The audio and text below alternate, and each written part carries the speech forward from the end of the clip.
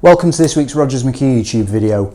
In this week's episode, I'm going to talk to you about how you can be the best recruitment consultant in the world. Let's go! Welcome to this week's Rogers McHugh YouTube video. So in this week's episode, we're going to be talking about how to become the best recruitment consultant in the world, or in your sector, or in your niche. And it comes from a little bit of reading that I was doing. So I've just finished reading Happy Sexy Millionaire, Stephen Bartlett's first book. I think there might be another one now.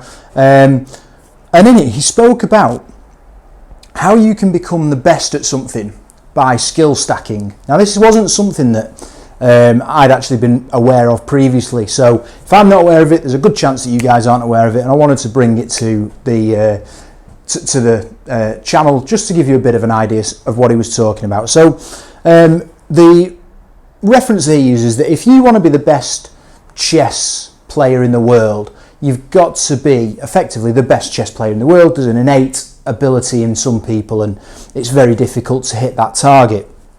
What he was talking about around the skill stacking is if you want to be the best in a sector or in an industry, you can do so without necessarily being the best person in that industry, and it's by skill stacking. So what he was talking about, and I'll run it through here. So there's quite a few elements to being in recruitment, some of which are inextricably linked to recruitment, and some are sort of outside of potentially what you would think you would need to be a good recruitment consultant. So let's take a look at the 6 that I've picked out. So the first one is social media.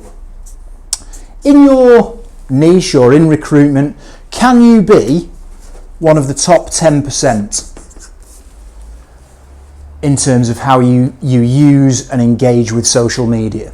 So obviously social media plays quite a big part in the world that we live in.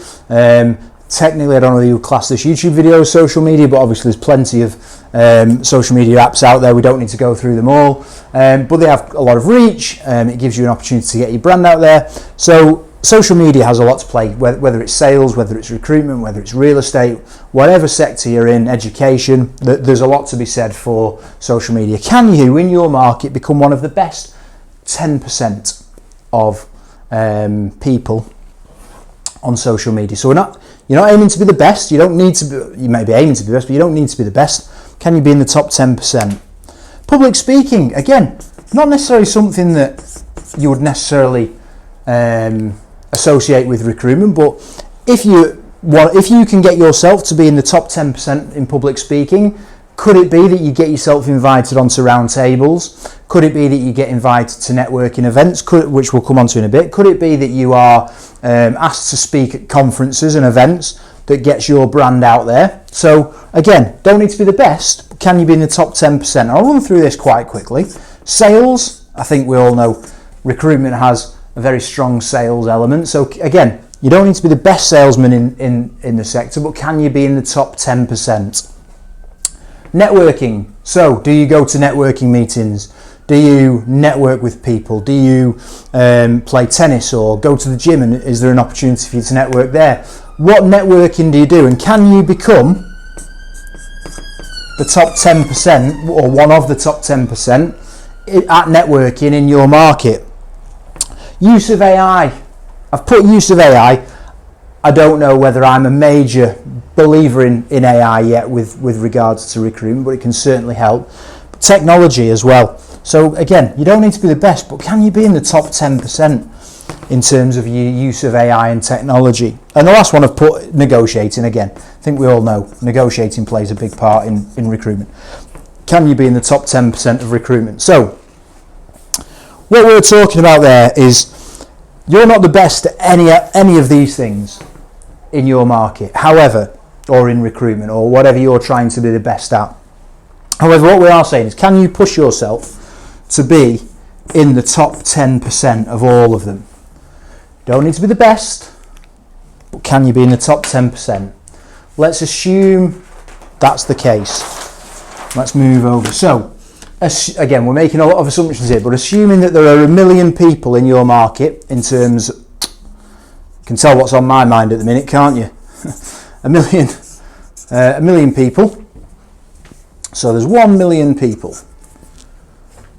that recruit in your niche that you're trying to be the best at. Okay, so if you times 1 million by 10% once, by 10% twice, by 10% 3 times, I feel like Carol Vorderman, by 10% 4 times, by 10% 5 times, by 10% 6 times. I say Carol Vorderman, for the younger people that watch this show, I mean Rachel Riley, but for people of my generation, you'll know who Carol Vorderman is. If you multiply 1 million by 10%, by 10%, by 10%, by 10%, by 10%, by 10%, you are left with a figure, you won't be surprised to know, of 1. So if there's 1 million people in your market that you're trying to be better than, if there's 6 skills that you can use and you can get yourself into the top 10% of, and like I say, they don't necessarily need to be inextricably linked to the job itself. Social media isn't necessarily inextricably linked. Public speaking isn't inextricably linked. But if there's 1 million people and you're in the top 10% of 6 of them, you're the best in the industry.